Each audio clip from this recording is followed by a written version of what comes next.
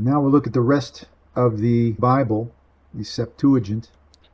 And after Deuteronomy, we come to Joshua. Here in Joshua, the feet of the priest bearing the ark were dipped in the brink of the water. ורגלי הכהנים נושאי הארון נטבלו בקצה המים.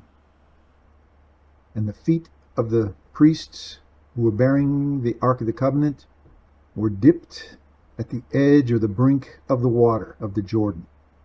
And we're told over here that the priests who were bearing the Ark of the Covenant at the Jordan, and their feet of the priests that were bearing the Ark of the Covenant of the Lord, and the feet of the priests, ebafisen es meros tu udatos tu ordanu. They were dipped in the brink of the water of the Jordan. So we have ace again.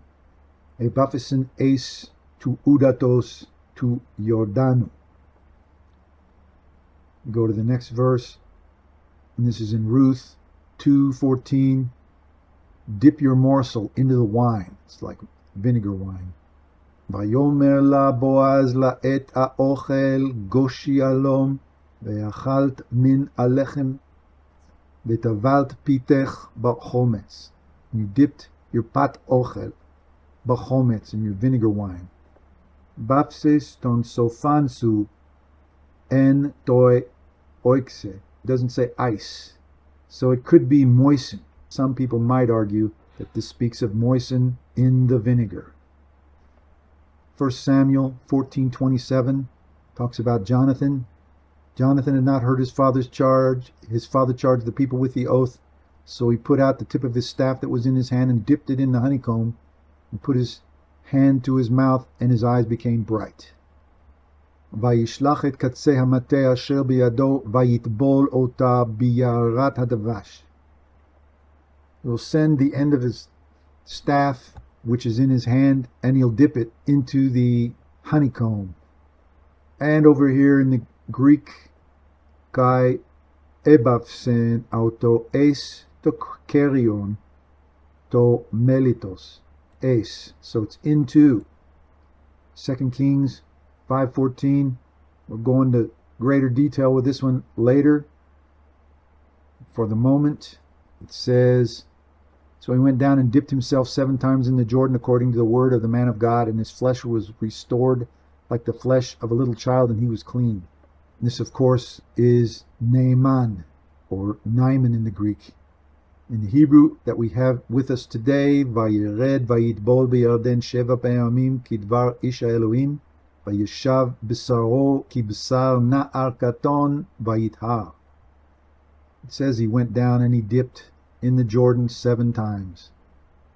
We'll look into this because this could be a textual variant that we may be able to discern by evidence from Jerome, who translated this into Latin in about the end of the 300s, the beginning of the 400s.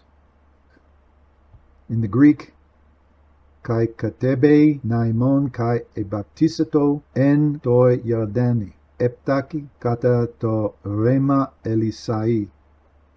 So ebaptisato says he baptized en toi yardane, in the Jordan.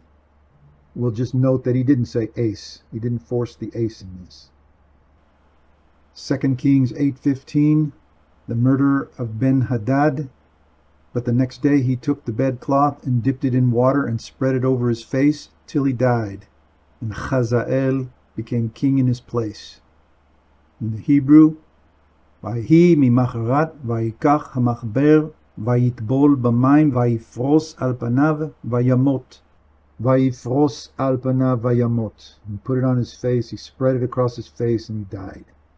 Vayimloch Hazael tachtav. And Hazael reigned in his place. Over here in Greek, Elaben to machma kai ebavsen en to udati.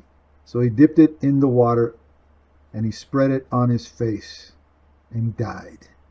In Judith, this talks about Judith, who wanted to go out and pray, but she wanted to purify herself first. This is according to the text of Judith, which only comes down to us in Greek. so I don't have Hebrew here. Anyway, let me read it in English. Then Holofernes commanded his guard that they should not stay her, should not impede her. Thus she abode in the camp 3 days, and went out in the night into the valley of Beth Ulia, and washed herself in a fountain of water by the camp. And exiparueto katanukta esten faranga baitulua kai baptizeto ente parembole epitespeges tu udatos. So she baptized, washed herself in the camp epitespeges, at a fountain of water, in the camp by the fountain of water. Let's see what Psalm 67:24 says, which over here it's verse 23, that thy foot may be dipped in blood. The Hebrew has nothing to do with dipped. Lema'an timchatz raglecha badam. It's like, timchatz is like to stomp. It's like to shatter, to smite through, to strike, to shatter. So when you smash your foot, you're going to cause somebody else's blood to flow. Timchatz raglecha badam. In the Greek, hapos an bapsei hopus su en hemati. So it's dipped your foot in blood. Let's go on to Job 9 verse 31. Thou hast thoroughly plunged me in filth, and my garment had abhorred me. In Hebrew, az b'shachat titbaleni, v'te'abuni salmotai. And now we look in the Greek. Ekanos en rupoi me'ebafsas. Thoroughly in filth you have dipped, or stained it could be. Doesn't mean he was immersed, it just means he got it on him. Az b'shachat titbaleni. And Ben Sirach is only with us in Greek, and the translation in English. Baptizamenos apo nekru kaipalin haptamenos auto ti ophelesen entoi lutroiotu. He that washeth himself after the touching of a dead body, if he touch it again, what availeth his washing? From the dead. I think this is talking about something else. When we talk about purification, he purifies himself from the dead, but again goes back and touches a dead body. What will it profit? His washing, his purification. These are two synonyms that definitely mean it's related to purification. Let's go on to Isaiah 21 verse 4, which is in the Greek Septuagint. And this is the translation of the Septuagint, not the translation from the Hebrew. We read it in Hebrew. Ta'alevavi paltsut bi'atatni et neshef chishki samli lacharada.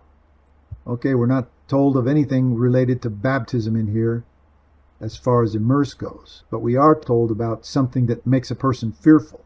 Palatsut bi'atatni, made me very fearful. My heart wanders and transgression overwhelms me.